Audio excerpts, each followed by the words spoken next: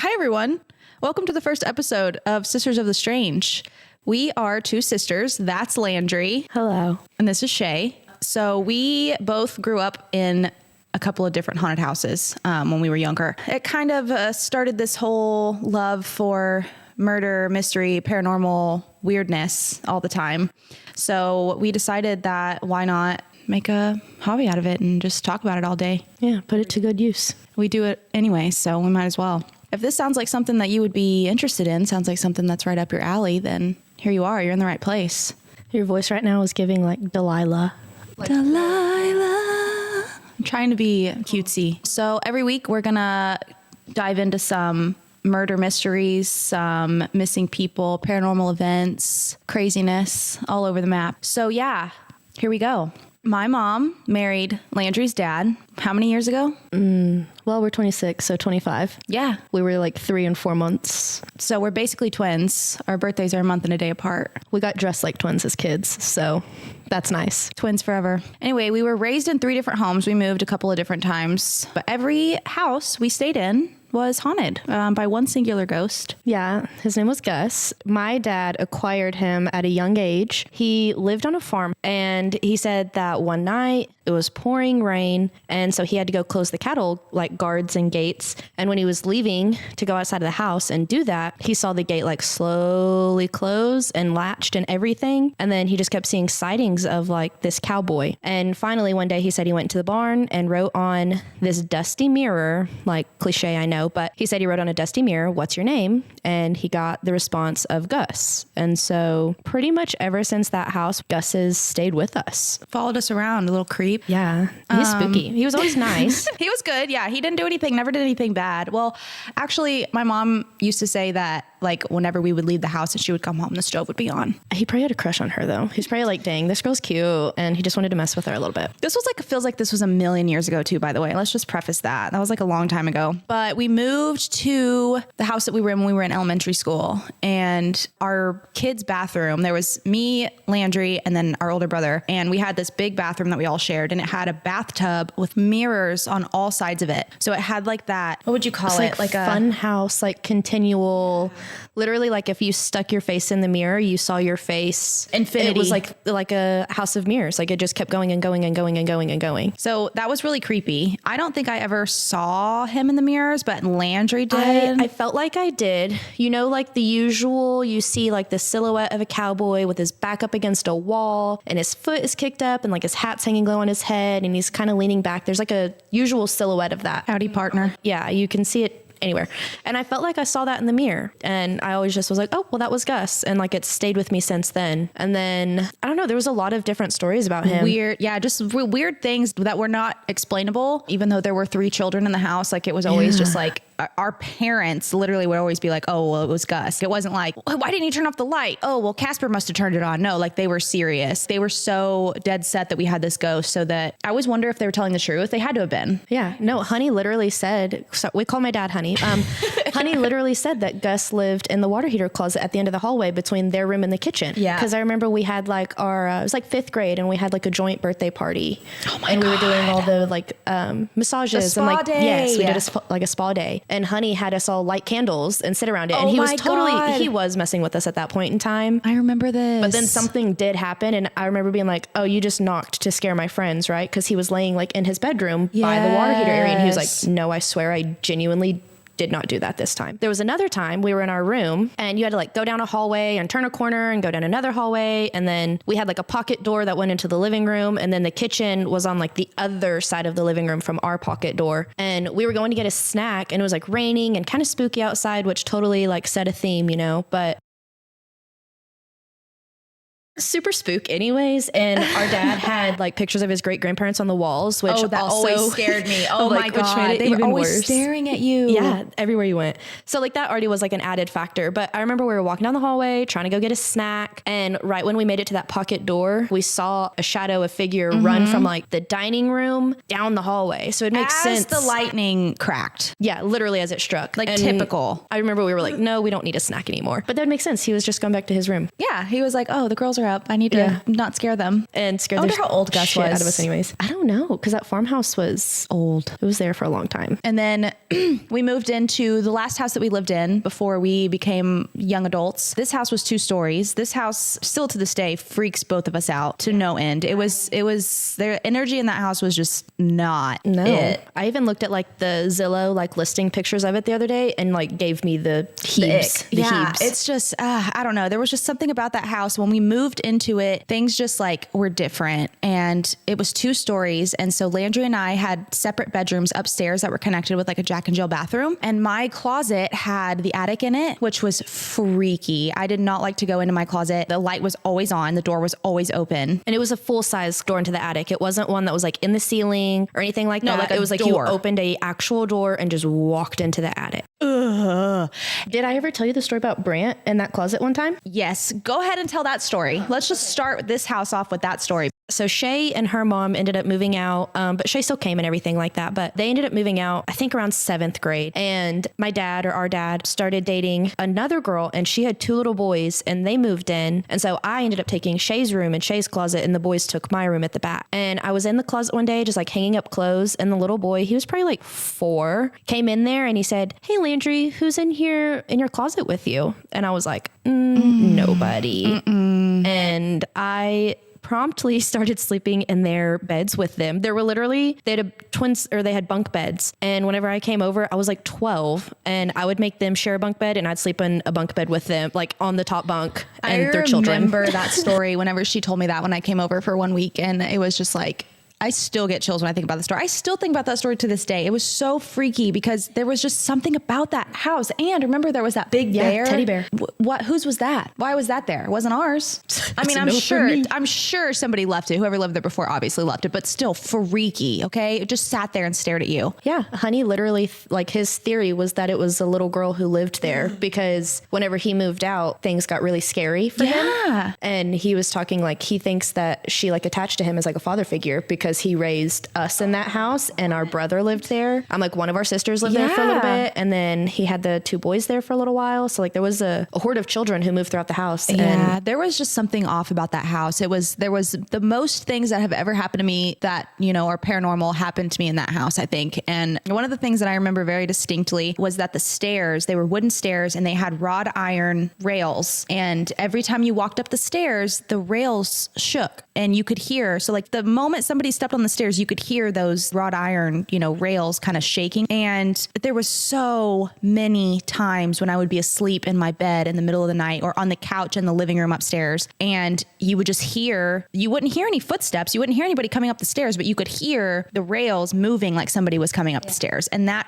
always freaked me out because that happened many times. The stairs literally looked like the stairs out of the very first Paranormal Activity movie. Like if you look up those stairs, it was literally like hardwood stairs. And then, like the metal railing that would kind of just rattle and like vibrate. But it's literally, if you look up the Paranormal Activity stairs, they look very similar. They did. So we've been around this for a long time and have always been drawn to it. We started watching Ghost Adventures when we were in 7th grade. Yeah. And that show just really kind of think it cemented things. I don't really watch that show as much now, but I still watch all the ghosts, paranormal, murder mystery, all the podcasts. I kind of combine everything and it's kind of grown a love. But yeah, so I guess the final story that we'll go into today, or not final story, but the story that kind of leads us into today's theme. Our first topic. Yeah, our first topic was at that house. And it was just one weekend. Shay was out of town. And so I had a friend over because I did not like to stay there alone. I didn't want to be upstairs by myself. And our parents like to have people over, and we had a big shop in the back. And so we were all outside and all the adults were in the shop. Me and my friend were on the trampoline. And if you're jumping on the trampoline and you kind of look up, then it would be my window, like to my bedroom. And I remember my friend and I were just jumping on the trampoline, no big deal. And she was like, "Landry,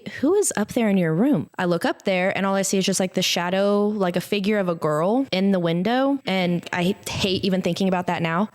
But yeah, so it was just like the shadow of this girl in the window. And I looked away because it freaked me out. And when you look back, there's nothing there. But it really wouldn't make sense. Like, yeah, I just said there's a bunch of people at our house, but we had like 2 bathrooms downstairs. They would have had to have gone through the kitchen, through a hallway, up some stairs, through another living room, down a hallway, through a bedroom, because it was a Jack and Jill bathroom. Like there was a lot of steps to get to a bathroom rather than just using one of the 2 downstairs. So I really don't think that it was like a party goer. And also, why are they going to stop in my bedroom and look out the window? Like, right, exactly. You know, it just doesn't make much sense. Yeah.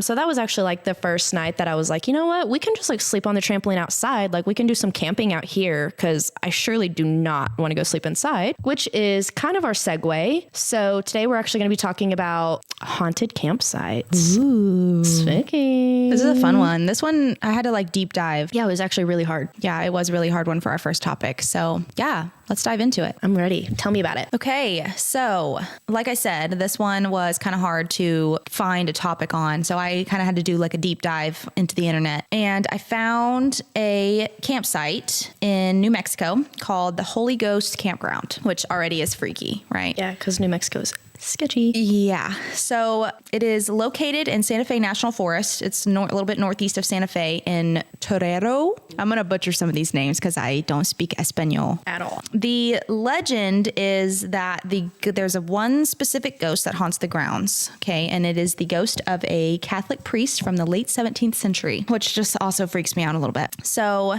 there's two different sides of the story. The first side of the story is that the Catholic priest was killed by Native Americans while the settlers who were coming in, i.e. the priests and the English people, they were trying to like convert them to Catholicism and things like that. And the Indians were rebelling against this because these people, of course, are coming into their territory, their land, and they're like, no. So they kill the priest is somebody who dies like within this rebellion. And the other story is that this singular priest just comes in and just starts whacking Indians, just starts killing people. So they kill him in self-defense. So there's two different sides of the story. But regardless, this Catholic priest and Native Americans haunt this campground. So this is said to be New Mexico's most haunted campground, which is freaky because I feel like there was probably like a lot of haunting paranormal stuff going on in Mexico. I'm feeling New Mexico is just all haunted.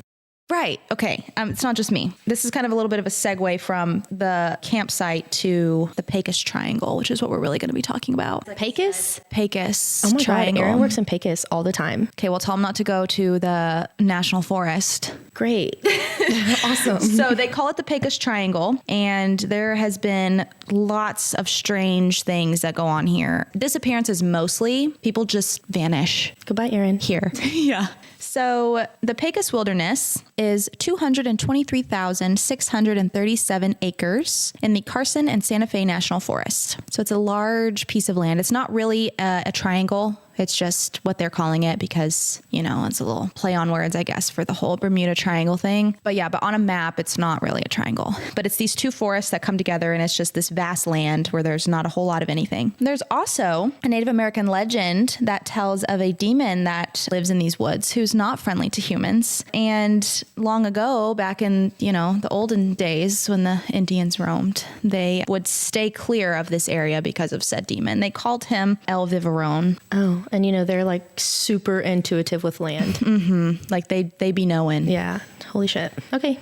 Yeah. I'm going to listen to them. I'm not going either. Yeah, I'm not going either. I'm good. I'll stay here. So this is like, I started with this Holy Ghost campground thinking like, oh, it's the most haunted campground in Mexico. Great. I'm going to find all this stuff. Well, then I went down the rabbit hole of the Pecos Triangle. So like I said, people are just like going missing. They just are disappearing into thin air and never to be seen again or heard of or remains or anything. So people attribute this to some sort of energy vortex. There's rumors of skinwalkers. There's aliens, of course. I mean, there's a little bit of everything in this story, really. There's also a story of a serial killer that hides out in the wilderness and just whacks all these people and hides them really well. And he's eating them. Yeah, so he's doing something. And also there is a story of a state trooper, like several state troopers who have gone missing here that I read in a couple of the articles that I was looking up, but there was no evidence of that anywhere that I could find, like real evidence to say. But in most of the stories that I was looking at, there's like, oh, and by the way, also there was a state trooper who went missing. So I don't know if that's like a game of telephone that's happening or, so I have a handful of major stories of people going missing here that have a lot of background story and things like that. So let me just add to this before I get into all of these people. This area is a national forest and it is remote, but it is not desolate. There's thick woods, but there's hiking trails and ATV trails and ranger stations and game trails and forest service roads and campgrounds all over this place. Okay, there's clearings everywhere, but I mean, it's heavily wooded, but it's not like the freaking rainforest. Okay, so here's our first story. So on Monday, August 31st, 1998, Woo! Shout out 98 babies. That's us, girl. 71-year-old Emma Tresp from Little Rock, Arkansas, had plans to go to the Benedictine Monastery, which is 25 miles from Santa Fe near Pecos, New Mexico. So she's traveling to this monastery, which she's been to before. So it's early morning. She's heading to New Mexico, actually from Stillwater, Oklahoma. She's an older lady, but she's visiting her daughter in Stillwater, which she's done many, many times. She's driven from Little Rock to Stillwater multiple times. She has no like serious health issues. She's a good driver. You know, she's not like senile. Yeah. You know, it's like a familiar thing for her. Right. This is something that she's done a million times. So she leaves Stillwater early in the morning and she's driving to New Mexico. Okay. Well, 5 days have gone by and nobody's heard from her. Her daughter didn't hear from her that she made it. So her family contacted the monastery, which she's supposed to be staying at for this like retreat. There's also some stories that I've read on this specific lady, Emma, that she was a nun. But again, some of the stories mentioned it, some of it didn't. So I don't know how much truth there is to that, but she's visited this specific monastery many, many times. So they find out that when they speak to the monastery that she never showed up. She never made it there. So a missing persons is filed. When the police are investigating, they found that she stopped for gas at 3 p.m. that same day, 115 miles from Pecos in Santa Rosa, New Mexico. And that was the last that she was seen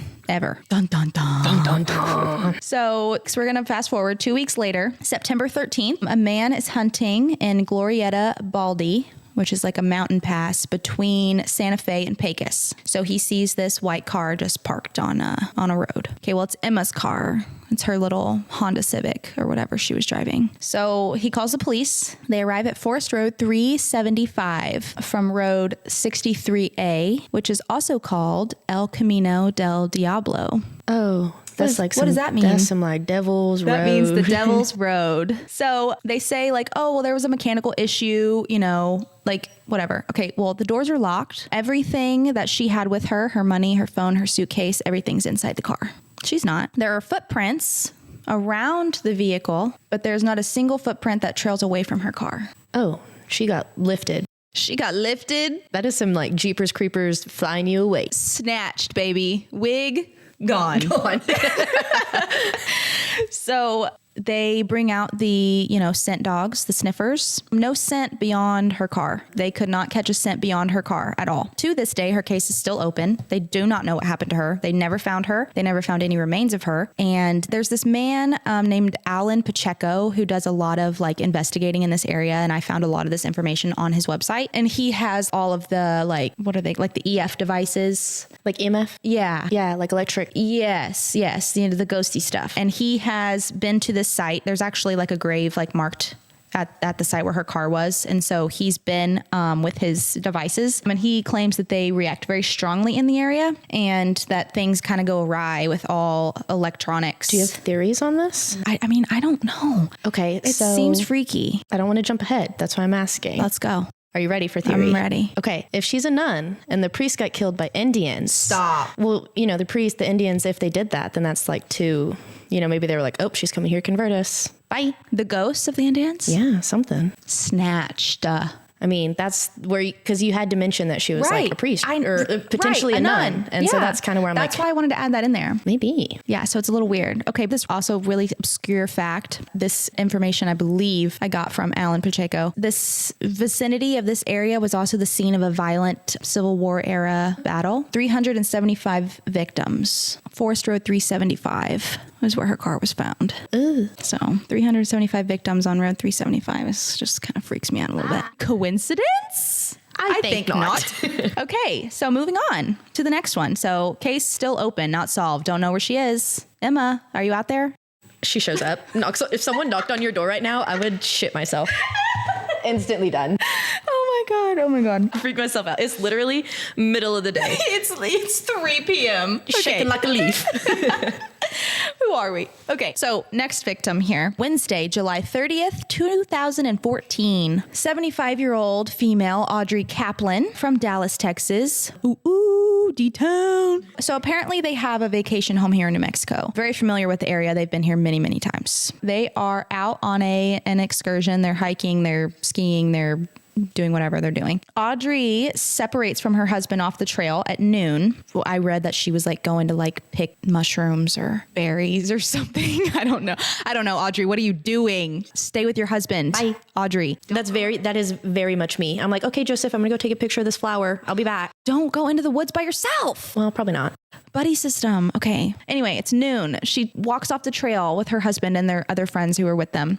She doesn't come back. They're like, where's Audrey? Not here. Can we talk about the fact that this happens way too often? People just like... Yeah, no, actually there's some of my story today is and the same thing. Why are you letting 7 hours go by before you're like, with my wife? So there's a lot of speculation on like what she was doing or, where she was. They never found any footprints of her. It was raining that day. It was nasty, foggy, wet, cold that evening. They said that maybe she like couldn't find her way back because of the weather. Yeah, no footprints to follow either. Yeah, and she didn't know where she was. I guess there was snow on the ground. I don't know, but she either couldn't find her way back or she got snatched. Okay.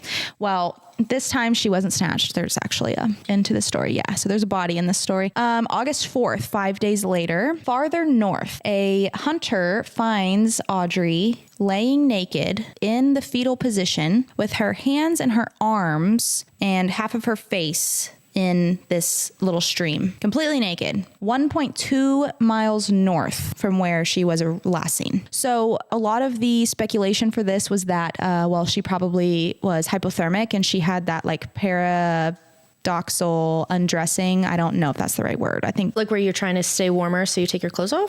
So basically you get so cold that like your skin starts to like burn and it feels like you're burning. Oh, so you just take it off. So you take everything off. Oh, girl. Poor girl. Yeah. But autopsy shows that there's not really any 100% evidence of hypothermia, which is weird because it was cold. It was cold out there. So like, why is her autopsy not showing that, 100% succumbed to hypothermia? No, they're like, question mark. Can I blame the husband? Is that allowed? Yeah. What's his name? Mr. Kaplan. Don't listen to my podcast and come at me, but like... like, don't find me or anything. Listen, I'll give you my address. I'm just kidding. So here we go again. Another one. This is a big one. This is one of the most like famous ones in the area. Okay. This guy's name is Melvin Nadel. September 6th, 2009, 61-year-old male. He is very active for his age. He's healthy, grew up in the area. He's a martial art black belt. He has plenty of self-defense skills. Okay. He's been hunting this area for a long time. He's on a bow hunting trip with his friends. They left at 2 p.m. that day on September 6th. They were in his Jeep. They reach Elk Mountain, which is the camp that they're staying at, and they get there at 4 p.m. So Mel finds a spot that he's going to go and hunt. So mind you, he's been lost in the woods before, so he carries a GPS with him everywhere. So he goes off. He has his bow. He has his arrows. He has a knife. He also carried a .44 pistol with him, just in case. He had warm clothes. He was dressed for the weather and went off and left his GPS in the Jeep, supposedly. Let's see here. 4:30. He gets to where he's supposed to be. He's at his spot. The hunt starts. He's 150 yards from camp, which is where, he told his friends where he was going to go hunt. He said, hey, this is where I'm going to be. This is not this far. No, there's truly not. This is what, a football field? 100, yeah. Barely a little bit over a football field? Over a football field. Football field and a half? Yeah, not far. So anyway, he's 150 yards away. He told his friends that he was going to be back at 7 p.m. when the sun starts to go down. Hello. Again, smart man. Yeah, he's got a plan. He's very prepared. He's very prepared. He doesn't want to be lost again. 7 p.m. rolls around. Guess what happened? He ain't back. He did not come back. Yeah. So he left his phone in the Jeep as well as his GPS. Okay, well, that's not smart. No, I think that was, error on his part. So anyway, this was September 6th. The search begins the next day. It goes on for 6 days. So they find his scent 150 yards away. The trail just stops in the middle of a field. I saw a photo of it on Alan Pacheco's website. It's literally like a clearing on the side of a mountain. Oh. Like there's no trees. UFO.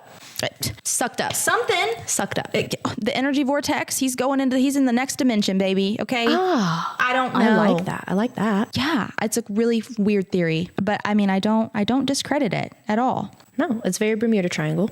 Right. So not a single object that he had with him, the bow, the gun, the arrows, were found. Yeah. It's genuinely like they walk into another dimension. They just disappear. So yeah. Again, Alan is out there. Shout out Alan Pacheco. He's doing the hard work. Okay. Takes all of his equipment out there. It's not working. The cameras stop working. The film cameras are not working either. Film cameras are not working. There's photos on his website. I think I have the link. We can add it in the show notes if we need to. He shows these photos of these places that he's taking photos of, and there's just nothing on the film. Like, ooh, it's like blank slate. Yeah, but you can tell that it's like, it doesn't look like it's a film problem. It's like the colors are distorted. It's weird. It's super weird. It's not like you can really see anything in the photos. Like, it's pretty dark, but it's like inverted. It's like so high energy that it just sets everything off. Yeah. So his phone, his mobile phone doesn't work with the mobile phone. Am I 75 years old? Yep. His smartphone, it doesn't work. He has to end up taking it to his carrier to get it fixed. But the camera that they were taking the photos on was, as soon as they leave that area, that specific spot in the middle of that field, the camera starts working again. That's giving like really like electromagnetic something weirdness fields going on. So yeah, vanished in thin air. There's another one. This is a short one. Another victim that vanished 6 to 8 miles from where Mel and Emma both disappeared. His name was Robert Browning. He was 19 years old. There was very few details in his case, but again, his truck was found with all of his belongings inside.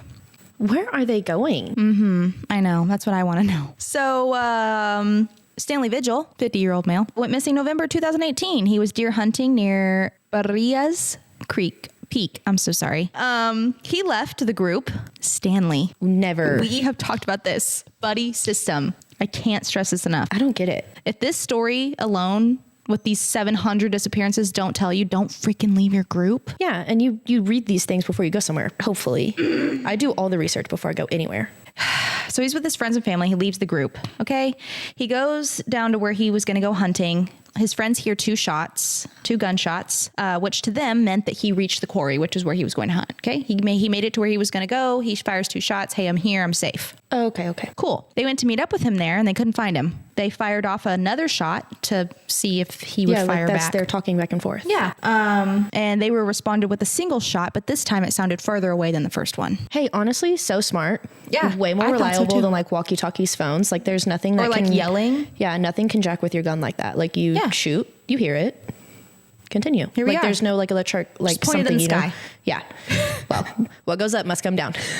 Run. Yeah. Shoot, run. That doesn't really help the situation. This is Have you ever played Russian roulette? Yeah, you're right. Anyway, second shot that they hear from old Stanley sounded further away than the first one. So they never found him. They never figured out where he was at. And that's hard because that does echo. Like a gunshot echoes. So you can't really figure a direction. That's true. Never found him. He was reported missing. Search commenced. They brought in the dogs. Surprise, surprise. They never found a scent. But he was seen on a game camera that night at 9:30 p.m., the same night that he went missing. Shortly after, he was reported to have been seen by a resident in San Juan, but it was a single woman with her kids home. And so when he, knocked on the door for help or whatever, like she turned him away because rightfully so. Yeah, smart woman. Months later, in April 2018, his body was found by a cop who was fishing the Pecos River. His ribs were smashed and he had signs of head trauma, and his cause of death was ruled as a drowning.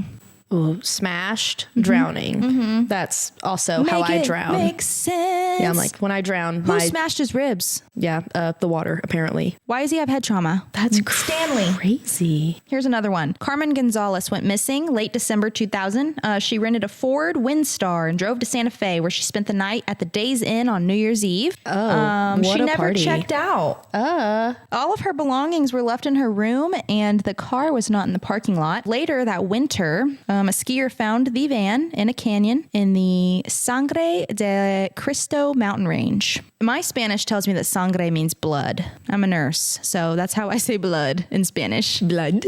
You see that video? Not funny. Blood. That's not funny. Yeah. So I don't know if that has any. Hey, like blood forest? Is that what you said? Or blood mountain? What'd you say? Sangre de Cristo mountain range. Ooh, blood mountain. Yeah, maybe. Van was found locked with no one inside.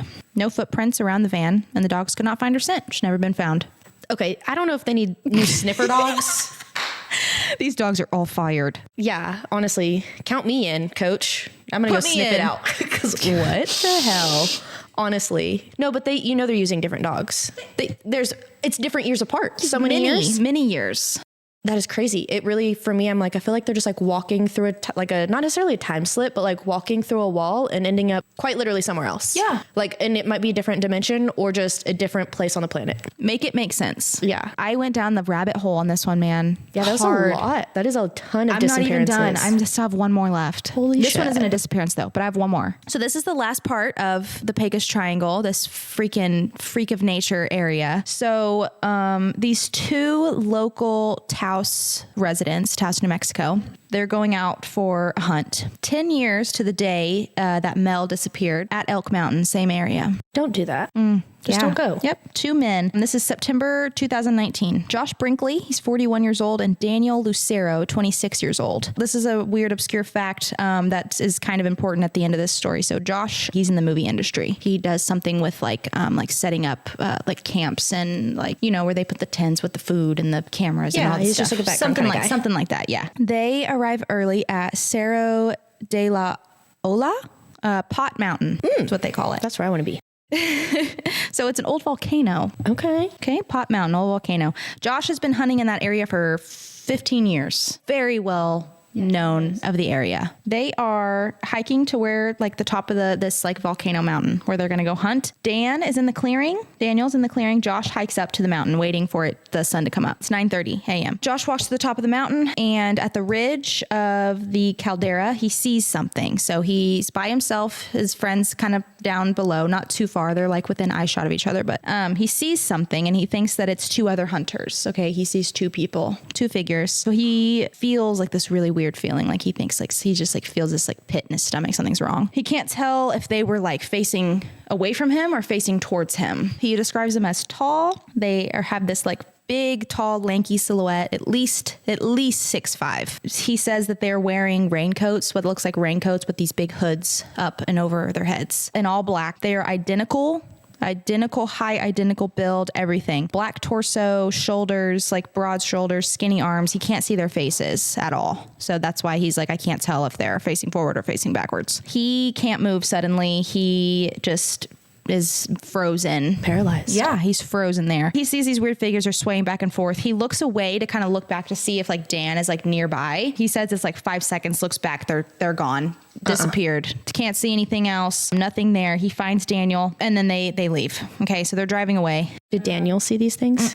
Okay. No. But then as they're leaving, they're driving east from Pot Mountain in this like deserted area. There's nothing out here. It's like literal desert. They see something while they're driving. Josh says, oh, that kind of looks like a movie set, hence to where the whole thing comes in that he does that. So he's like, it looks kind of familiar. It looks like a catering tent maybe. It's big. It takes up a lot of space, but it doesn't look like anything really that belongs there.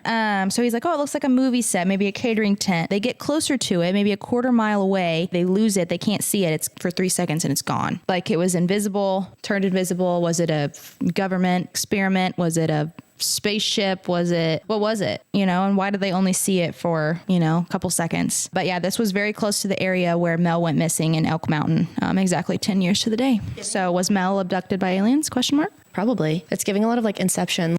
Aliens too, though. So many questions. Yeah. New Mexico and aliens, besties. Literally Roswell. So yeah, that is the story of where I started with the Holy Ghost campground and just spiraled into the Pecos Triangle. Well, I'm never going there. And if I accidentally drive through there, be careful. Actually, if I ever have to go to New Mexico or I'm going to like Arizona or something, routing around it. Going around I'm going to figure it out because my mom goes to Pecos all the time. See, but there is a Pecos, Texas as well, but it is all right there. Oh, so yeah, I dug deep for those and I have zero answers. No. Zero. I don't want to find out either, honestly. I'm like, you know what? We can leave those to the universe. Keep your secrets. Yeah. Keep that over there. Keep your... That. my portal to the next dimension in the Pecos Triangle. Copy that. The aliens, they can stay there. We don't need them here. I don't know. I'd like to meet an alien. I don't... So, yeah. Okay. So mine also has some like devil's stuff in it, like yours did. So throughout the United States, there's like all sorts of places with Devil's Den. That's what I came to. So there's multiple Devil's Den in the U.S. There's like all sorts of caves that are Devil's Den. There's roads. But mine is located in Arkansas. So there's kind of a few different theories like yours had. One is that in the mid-19th century, there was believed to be a large snake nicknamed the Devil, and that it lived between the boulders and crevices. Another story is that in one of the valleys there, Lee Creek Valley, there are many caves and crevices that were perfect for outlaws to hide in, so it was named the Devil's Den. And then there's another final one that says early settlers saw steam rising from the caves on cold winter mornings and believed the devil to be living inside of the caves. Sidebar, when I went to Yellowstone, there was a Devil's Cauldron. See, there's devil stuff literally everywhere. So Devil's Den is a 2,500, I didn't put my Unit of measure? Nope. I just wrote 2,500 state park. 25 gallons. That's what I wrote. So go Landry. But it's in Westwork, Arkansas, and it was made in 1933 by the Civilian Conservation Corps. They used a lot of like the natural materials there to build a lot of rustic style wood and stone structures that are throughout the site, but it also has a lot of sandstone caves and bluffs and ravines and shelters, crevices, all sorts of little like hiding spots. Probably beautiful. It sounds really pretty, but I hate the feeling of sandstone and like limestone. Mm-hmm. It reminds me of like nails on a chalkboard. Ugh. Yuck. There was also a town that was once in these lands, but it was lost in a flood in 1893. What? Yeah. We just lost it? Just swiped. Okay, bye. All that is remaining of the town, it was named Anna, is a cemetery. All of these unfortunate events led us to believe that there's either like something that is causing the land to feel this way, or all of these things happen and then the land feels that way. It's kind of like, what came the chicken first, or, yeah, the like chicken the chicken or or the the egg? egg. Like that's kind of what it comes down to. But my first story is a missing person. Katarina. We do that so well. It's like we watch the show a lot. A million times. Too many times. So on June 16th of 1946, Catherine was 8 years old and was playing in a creek alongside her brothers who were fishing when she suddenly vanished. She was going to go back to camp and no one realized she went missing until her brothers came back home from camp and her parents were like, hello, she's not here. So they pulled together a search party. So some 200 people came to help search for her. She was found 6 days later though.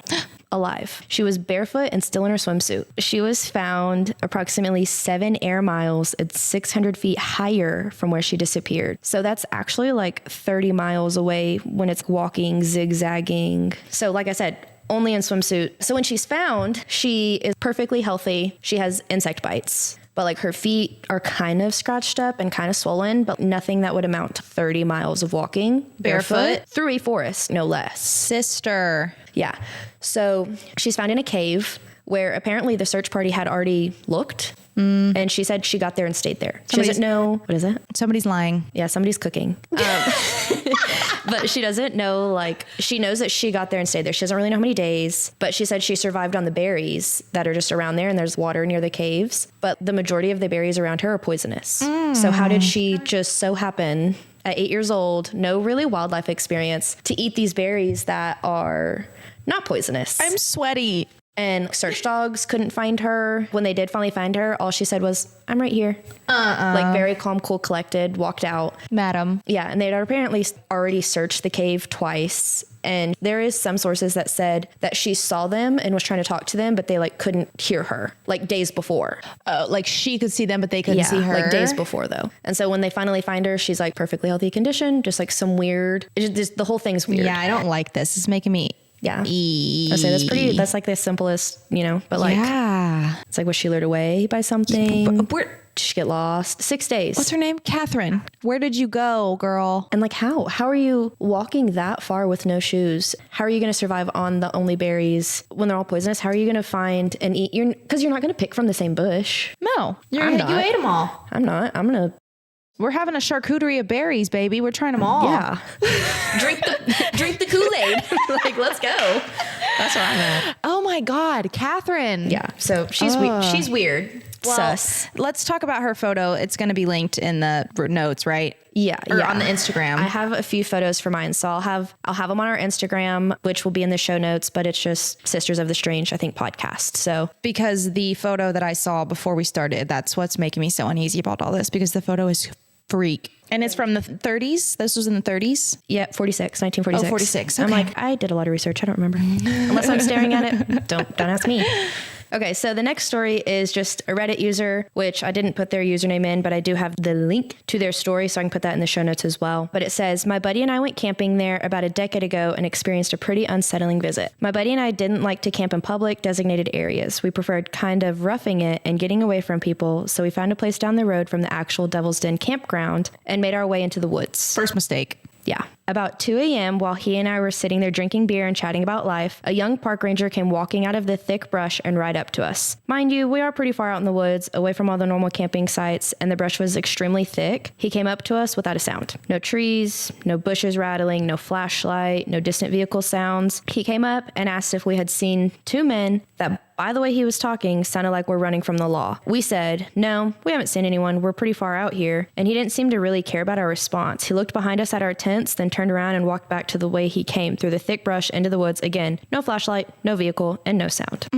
Yeah. The weirdest thing might have been that he didn't really look the part of a park ranger either. He was very blonde-headed, very young, maybe 18 if I were to guess. His ranger uniform looked out of place as well. It didn't look like a modern ranger uniform. Instead, it looked like one from like the 1950s. He didn't have a backpack, a flashlight, a gun, a pack, a vest, anything. After he left, my friend and I kind of just looked at each other in amazement, wondering what the heck we just experienced. And then that's pretty much it. He said he probably should have just called the ranger station to try and kind of see if anyone matched like the description of that guy, but just like a really weird like showing up. And you know how it sounds like when you're in a thick brush, like you hear You hear crunchy, the walking. crunchy, even like an air change. Well, and also they're being like his demeanor. Hey, yo, you seen this guy? No, I'm gonna walk back in the woods with no flashlight. Yeah, like no questions. Looks at tents. Okay, believe you. Something's wrong there. Yeah, like most, I'm not trying to be mean, but like most park rangers, sheriffs, cops, they actually truly investigate. They're going to actually peek into your tent. Naturally nosy, those guys. So we don't really know who he was. He just kind of showed up. Floated in, floated out. This one's a long one. This is Terry Lovelace, he has a book. He went through it. It's incredibly accounted for. His story is everywhere, but it happened here. Here? Oh, Devil's Den. Right here. I was like, here? Gotta go.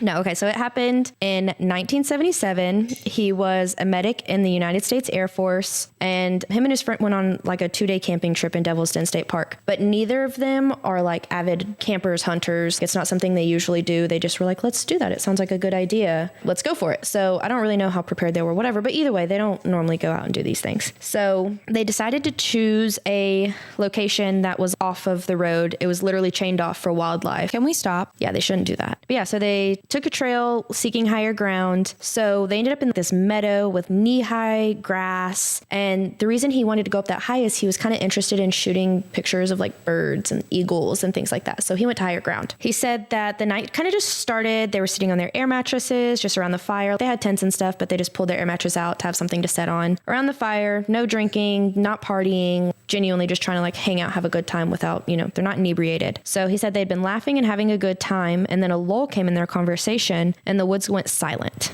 which is extremely spooky. Yeah, that's very unsettling. Yeah. He said it made him feel uneasy. He noticed a stillness where the air felt like there was just nothing moving. He remembers focusing on a tree leaf and thinking, that leaf has to move eventually. But he felt as though he's looking at like an image or like a hologram. He felt like it suddenly was like not reality anymore, basically. His friend looks left and asks if those lights had been there all evening, because he sees some like lights in the sky. There were 3 stars about the size of the North Star, both in intensity and size, which is literally the guiding light. Like it's the brightest star out there. So he said they sat in like a tight triangle formation. All sides were equidistant from one another. It was a triangle shape. Very distinct. Yes. They were too low near the horizon to have been an airplane, yet too high to be parking lot lights or some sort of roadway lights, anything like that. So while they were debating on what it could be, the mass rotated as if on an axis about 3/4 of a turn and stopped. Then it started moving up towards them. He said as it began to move up, he felt a feeling of just calm, just like serene, washed over him. And he asked his friend, do you feel scared? And his friend said, no. Terry described the feeling as almost as like a sedation. Ooh, I have chills. Yeah. So he said as it grew larger and bigger, it would block out fields of stars. So it was something floating outside of the galaxy, right? So like a plane would fly and it would block stars, correct? Yeah. So it's kind of like that. He said they were not talking as the object moved, but still felt that same calm sensation. Terry stated that it was a perfectly clear night, full of stars. You could see everything. The night sky was so bright that the stars illuminated the meadow that they were in, and you could kind of see like a triangle shadow throughout the grass as it was moving. Yeah, spook. Aliens. For real. It just gets so much worse from here. He said the object was so large, Terry assumed from one corner of the triangle to the next that it was the length of a city block, which is massive. You can't see me, but my mouth is wide open right now. Even with it being this large and this close, they still felt super calm, as if they were under sedation. From the direct center underneath it came a light like a searchlight. The light shone into the campfire for a minute, then turned off. Then a second light came on, and it was pencil thin and purple. He said that this almost laser sort of light would be located on one portion of the campsite, then within a tenth of a second, it would turn off and on and be in another location of the site. So it gave this weird illusion of it was dancing around the campsite. He said the beam hit him in the head and in the chest, but had no feeling. I don't like that. Yes. Lasers, you almost kind of feel like you can feel it. Yeah. Like you feel that. Yeah. So whatever that was, right? He said that whole situation of like the lights dancing around lasted about 3 minutes. So he kind of thought that maybe it was like the campsite was being scoped out. He said the outside noise had still not returned. Abruptly, his friend said, well, show's over, startling Terry, because it was so calm and serene. So as soon as the lights ended, his friend was like, done. Proceeded to pull his air mattress over to his tent, fell face down and passed out. What? Nope. Like he was hypnotized or something? Basically. So then Terry did the same thing. Terry followed right behind him with his air mattress. He didn't remove his boots or his shirt, falling face first and going to sleep. He remembers thinking his friend was wrong because the crickets and tree frogs still weren't back. Once they both woke back up, they had estimated it had been about 4 hours. Both of their watches stopped working at 2:40 a.m., but they both woke up at about 3:15 a.m.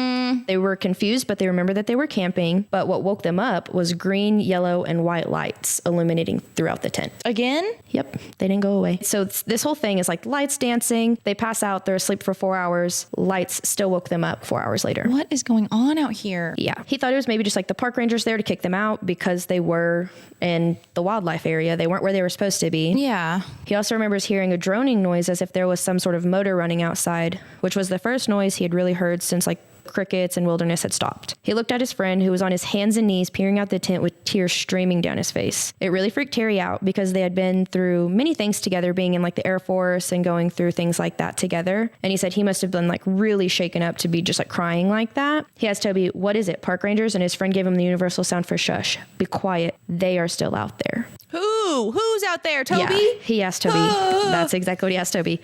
Who? Then he pushed his friend over to peer out the tent too. He saw 10 to 15 figures that looked like kids. He noticed his friend was shaking and crying, and his friend tells him, those aren't kids. They took us and hurt us. They aren't human beings. Don't you remember this? Terry kind of started to remember at that point. He said he had like flashbacks. He said the kids outside walked as though their feet were sore and that they kind of had like the identical jumpsuit on, disproportionate head, all the creepy alien stuff.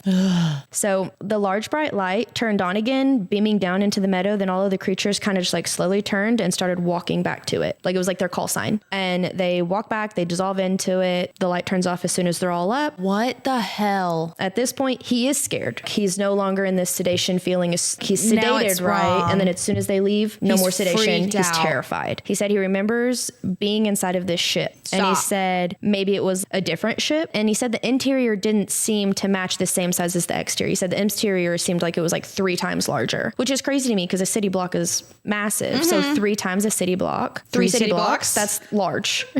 That's really large. So yeah, he said that his first vivid memory of this experience was him and Toby standing in the nude, holding their clothes and shoes, and hearing a woman screaming, a painful, sharp scream, like she was screaming for her life. And then the next memory he had, the woman was done screaming and Toby was gone, and he could hear Toby screaming, a painful scream. And so like at that point he was like, oh cool, I'm next. So now he is immobilized and he's on a table and he was screaming from pain. So he's like screaming, nothing's happening. He states that he remembers seeing this like praying mantis type figure. So that was who was like working on him. And he said that the creature kind of was messing with his lower back and that's what was like causing all the pain. And he's screaming and he says that he can tell that he annoyed this creature because the creature came over and looked at him in the eyes and was like, I'm not here to hurt you.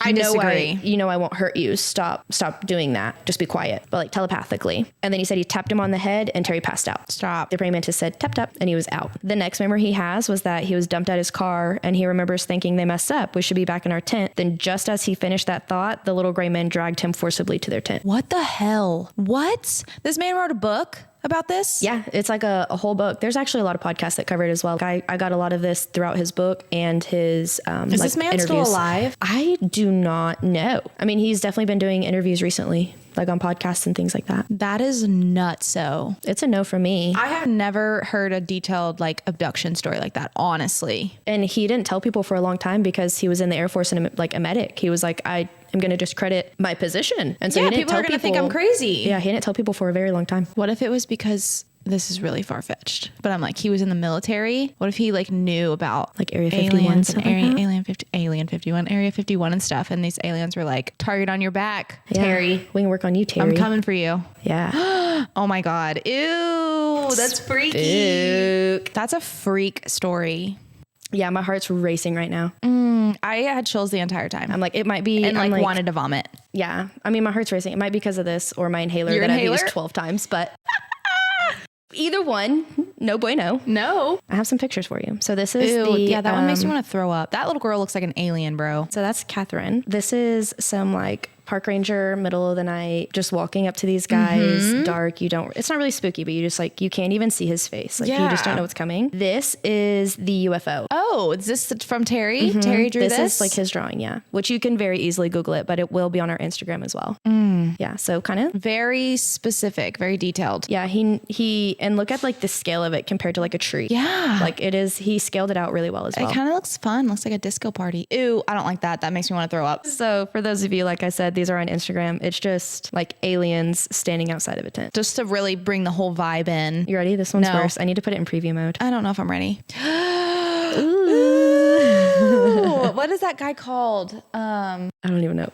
Krampus? No, not Krampus. That's Santa Claus. I gotta... Krampus is like a creature of Christmas. The one with the horns and the freakiness. What is that called? It's like a shapeshifter, but they're not called shapeshifters. Like a Wendigo? Wendigo. Yes. I am so happy I'm leaving your house in the daytime and I've got to make it to my house.